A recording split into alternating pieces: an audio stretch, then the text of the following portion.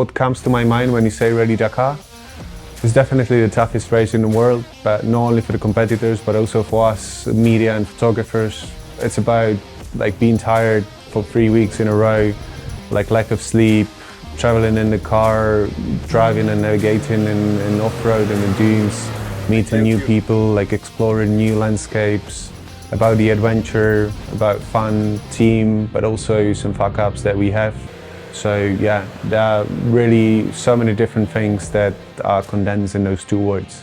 But on the other hand, what I love about it is the freedom that we have over there. Like you can't compare it with anything else. You don't have any barriers or anything in the circuit, so you don't need to stand like 200 meters away from the route, but you can actually like be really close. You can change the spot like after the car pass or whatever. So this is what I love about it, that we can actually work with the landscapes around and that we have the freedom to be creative. It's completely different to when you just need to get from the hotel to the circuit, but then you also stand next to 50 other people who are getting the same shot. So here you want to get the unique shot by traveling, somewhere else, to use your experience.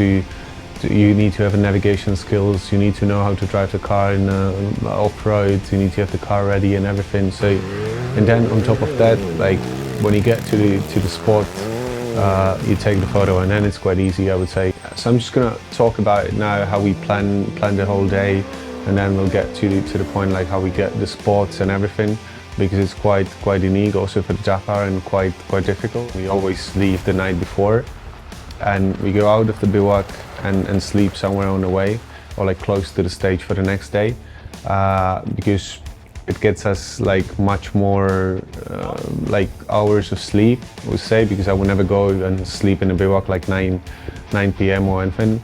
So I would rather sit in the car, drive up until 1 o'clock, and then go to sleep up until 5, 6.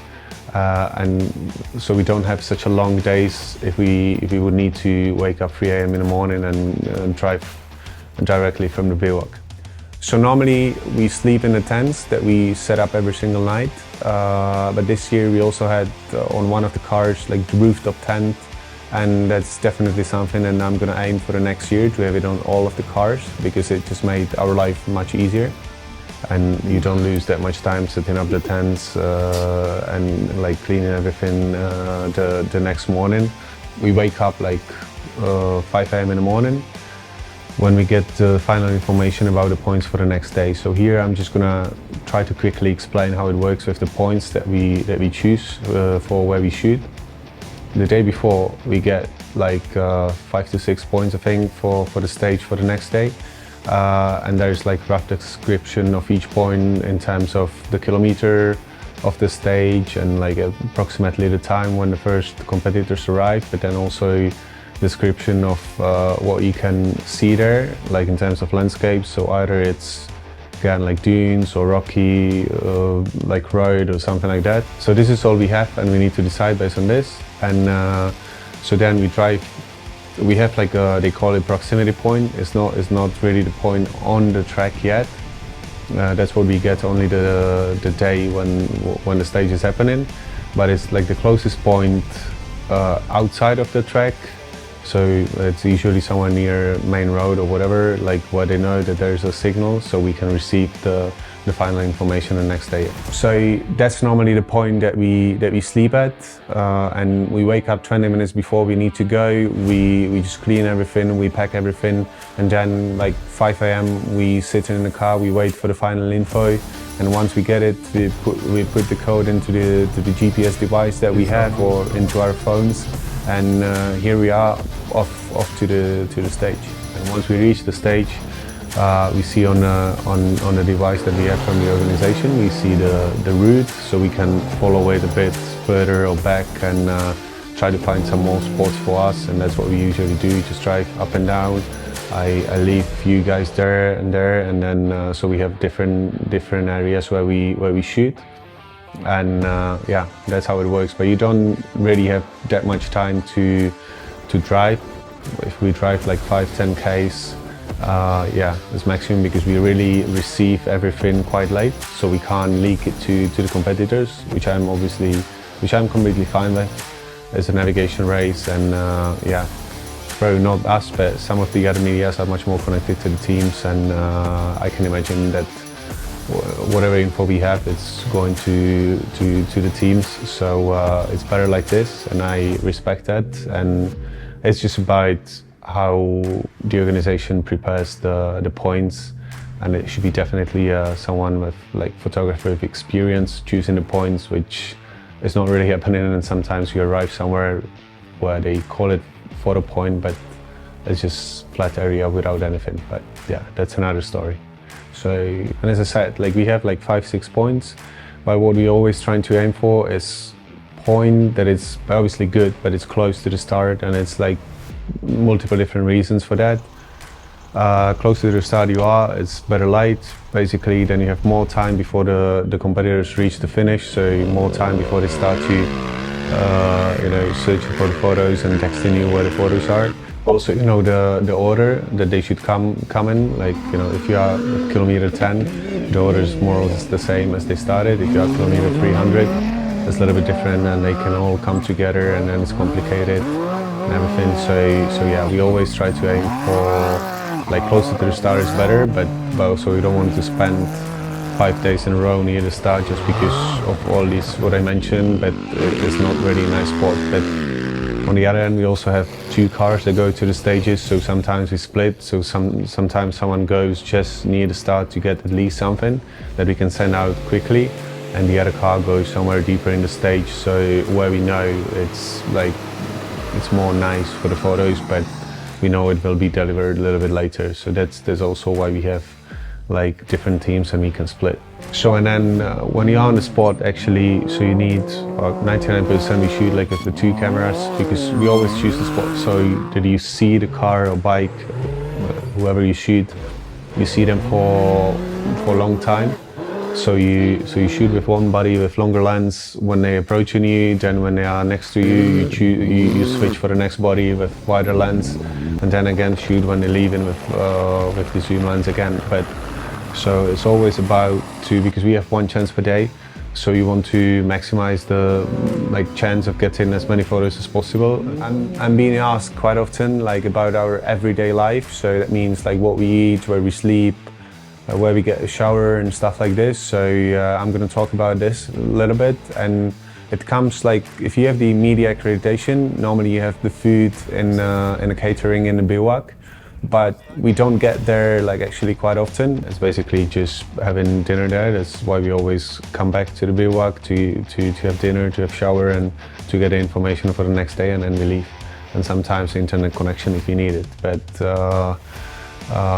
yeah, during the day we just bring our own food with us, and yeah, I believe it's quite important because of all the energy that we need to, like, you know, that you spend during the day and you don't sleep. So it's quite important to have good food. If we are in like near some big cities, we stop, we can send the stuff and have some proper food. But yeah, if it happened like 2 times during the whole Dakar, that's probably the maximum. We also bring, like, you know, more you bring with you, then you're safer. So we bring, like this year we had some really good coffee that helped us. Especially me, I drink like 4 or 5 coffees a day, and yeah, if I didn't during the Dakar, it was quite difficult. But now it helped a lot. Then yeah, after we shoot, it's quite obvious. I talk about it. We get back to the car and start to edit. We normally edit like just driving in the car, like someone is driving and the rest is editing in the car. You don't really have time for anything else. You don't have time to stop or stuff like that. You just need to do it while you're driving. Then when you see that there's a good signal, you would stop, send the stuff that you have ready, and then continue again. Sometimes you're lucky and you have the connection also on the stage, so we send the stuff right after they pass. Like normally what I'm aiming for, and that was what we did this year, that we only shoot like some of the very first bikes, like up until I would say like place 30. We are done with that. I go back to the car after 30 bikes, get everything downloaded, get it edited, and yeah, if you have the connection, just send it. And before the cars are coming, we are done with the bikes. And that's the ideal scenario. When yeah, this is what we're aiming for, and we'll be definitely aiming for the next years as well. So, As Marian said, he's going to the action, making sure that they reach the spot at the right time. And my role is to have photographs from the bivouacs also, and from the starts and finishes. John is helping me out with that also. And it's also important to have variety of the photographs. So at the end of the day, you have combination of the action photos and also the portraits, the emotions, and you can see the drivers and riders in their preparations. So it's kind of combination of all. All the days and when the Dakar is running are pretty much the same. The worst thing is actually before it even starts. So the beginning, when we get to Saudi, we need to go to the port. We need to pick up our car and our stuff because it travels with all the other equipment from Europe on the ferry. We need to pick it up, do our own like admin and technical checks, and then for like the first 3-4 days before the Dakar starts is the most busy time for us. It's good because we have like a lot of opportunities to shoot. We can tell the competitors what we want them to do, like even like action-wise, to do some corners, jumps for us. It's perfect, but yeah, it's we shoot basically when they test the vehicles. We shoot it from like early morning up until evening. You see them like 20 times a day, like passing next to you, like a lot of portraits and stuff. They would call us to shoot whatever they need before the Dakar starts, something for the sponsors, like the whole team photo and stuff like that. They tested 4 or 5 different areas, so we need to split and have like a lot of people to cover this. As I said, it's really good to have like to get a lot of content, but then to get it ready to be sent, it's yeah, the first 3-4 days that always kill us, and we are actually like super exhausted before the Dakar starts. And I'm not sure if anyone like realized this, that is the most difficult part. But then when it starts, people don't have time to take care about all the other stuff rather than just you know, racing. So it gets a little bit smooth, and you see them once a day. You know the order, so when you also edit, it doesn't take that much time that you need to go back and forward, and then you have your own rhythm. And yeah, then it's, I'm not saying easy, but then it's much more smoother than before it starts. Yeah, I talk about like a lot of stuff that we need to arrange, we need to do every single day for 3 weeks in a row, and this is only when everything works well, and like the ideal scenario. But there is obviously a lot of stuff that goes wrong every year, and especially like talking about this year, that was yeah, that was a bit disaster for us. Especially because like both of our cars that we had to go on the stages, that like both of them got broken. My car got broken even before the Dakar started. Like I think like second day when we were out there on the test, like I was coming up onto dune, and 5th time I was going up, like the turbo blew up. And it was actually one of the parts that I thought would be okay, because I put a brand new turbo before the Dakar into the car. Like at the end, we managed to get 2 new turbos used from Czech and Poland. A friend of us was coming like the second day between stage 2 and 3, and so he packed it. He was carrying with him, but then he called me from Riyadh where he landed and told me that they lost his luggage. So yeah, it was not really fun, but at the end, like after another 2-3 days, we got it fixed. But in the meantime, the second car got broken. First the alternator that we managed to fix like 1 AM in the morning in some random workshop in the middle of nowhere. Yeah, but then I was called like in half an hour after we fixed the alternator thing, and they continue. I was called by Jan, who was driving the car, whose car it was, like that.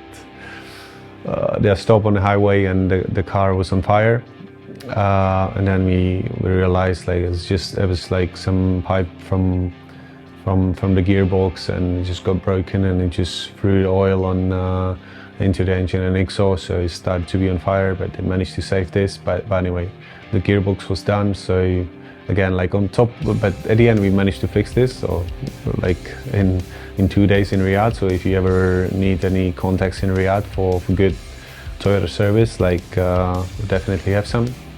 But like on top of this, I mean, like the normal issues that we have, we needed to go through this, which was really exhausting. Like we spent so much time on this that we could, like basically we could have just slept, but just put the energy on something else. But at the end was the most like important part for me. Like from all of this is that we got through it as a team. Like no one, only the people who asked for help would not really like realize that we had some issues, because we managed to deliver whatever we needed anyways. So this Dakar, it was 11 of us in the team. Like it was half and half, like doing photos and videos.